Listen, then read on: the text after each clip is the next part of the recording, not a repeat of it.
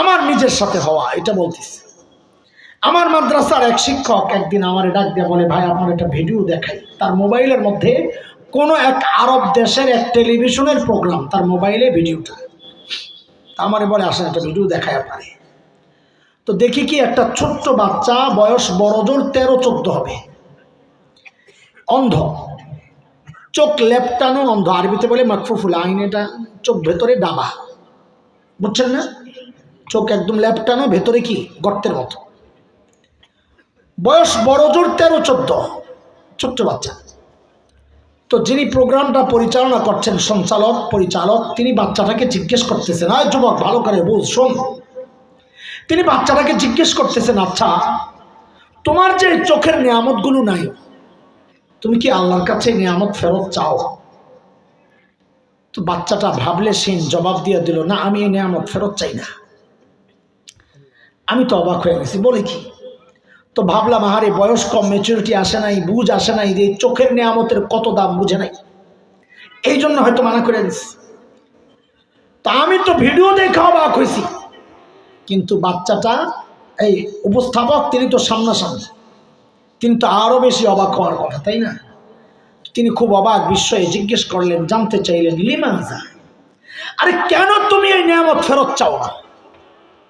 আহা, বাচ্চাটার জবাবটা শুই না বুঝছি, আরে বোকা ও না, বোকা তো আমি। কি পবিত্র চিন্তা তার, এই ছোট্ট বাচ্চা, আল্লাহকে সাক্ষী রেখে বলছি, তার জবাবটা শুনে আমি সাথে সাথে কান্না করে দিচ্ছি। উপস্থাপকের দিকে তাকায় দেখতেছি ভিডিওতে, উনিও কান্না করা শুরু করছেন। কান্না না করে যায় কই, যেই জবাব, কি আজীব কথা, তার কি পুঁজি সে বানাইছে, এটা বুঝাইতেছি, কি পুঁজি বানাইছে দেখেন। বাচ্চাটাকে যখন জিজ্ঞেস করা হলো, তুমি কি এই নিয়ামতটা ফেরত চাও আল্লাহর কাছে? বলে, না চাই না। কেন চাও না? বলে, হাসরের মাঠে যখন বিচার শুরু হয়ে যাবে, যখন আমার সিরিয়াল আসবে, দেখেন ছোট্ট বাচ্চার কি সিরিয়াল, যখন আমার সিরিয়াল আসবে, তখন যেন আমি আমার মালিকের সামনে নত জানু হইয়া বইসা বলতে পারি, ও আমার মালিক, ও আমার মালিক, দুনিয়ায় তো তুমি আমার এই নিয়ামতটা দাও নাই, ওগো মালিক, এই উসিলাই কি আজকে আমার আযাবটা একটু কমায় দেওয়া যায় না?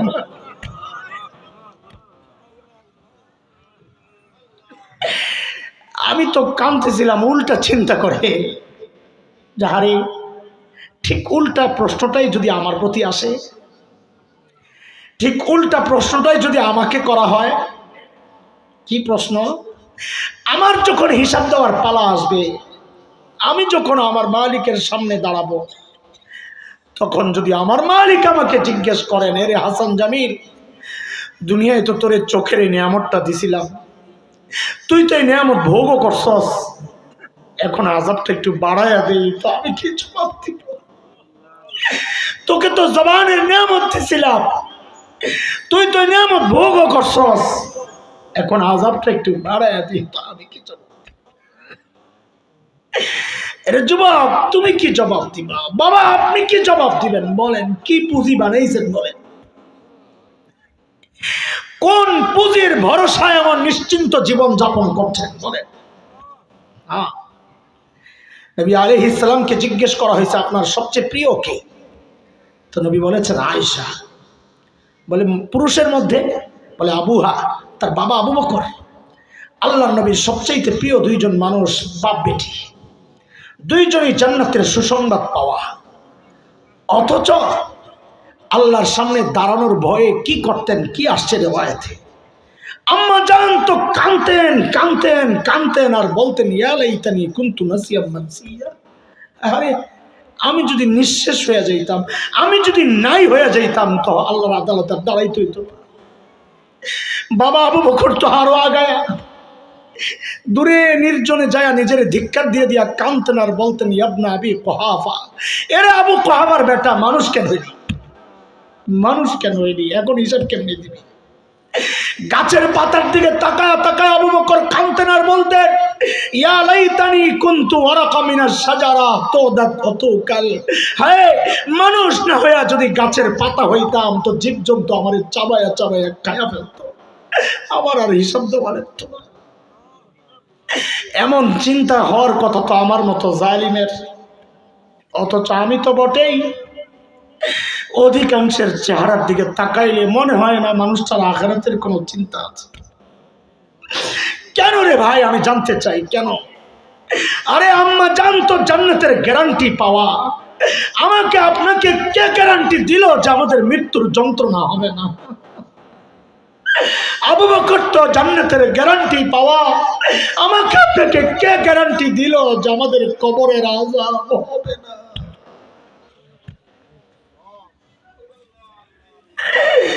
কে গ্যারান্টি দিল বলে?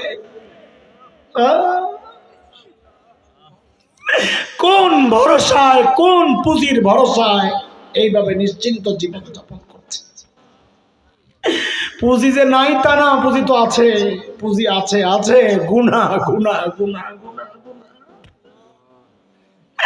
চুল পাইকা সাদা হয়ে গেছে, গুনাহ ছাড়তে পারি না। দাড়ি পাইকা সাদা হয়ে গেছে, গুনাহ ছাড়তে পারি না। কবে ছাড়বেন জানতে চাই। আরে মালিক যেন আমাকে আপনাকে ডেকে ডেকে জিজ্ঞেস করতেছেন সূরা হাদীদের মধ্যে, আলাম ইয়ানিল্লাযীনা আমানু আন তাখশা কুলুবুহুম লিযিকরিল্লাহ।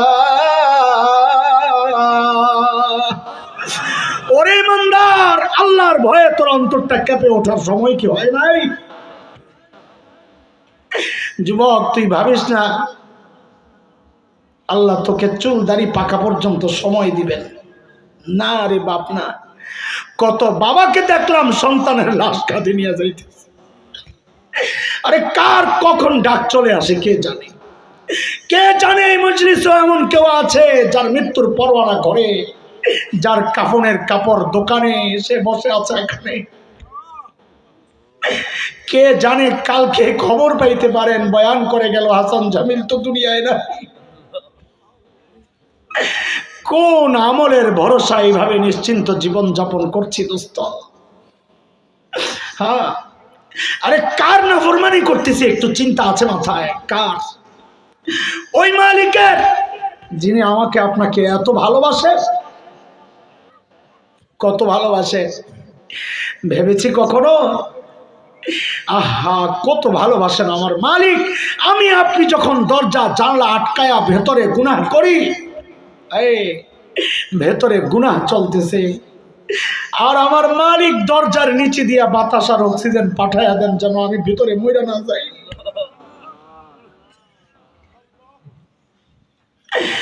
ওই মালিকের নাফরমানি আর কত কাল বলেন? যুবক, আমার কথাগুলো যদি তোদের হৃদয়ে টাচ না করে, তা আমি বলি কি ভাই, আমার কাছে আয়, তোরা আমার কাছে আয়।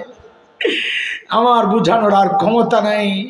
আমার কাছে আইসা তোদের পা গুলা আমার সামনে মেলে দে, আমি তোদের পা গুলা জড়াইয়া সারা রাত বসে বসে কান্দি, তোরা গুনাহ ছেড়ে দে।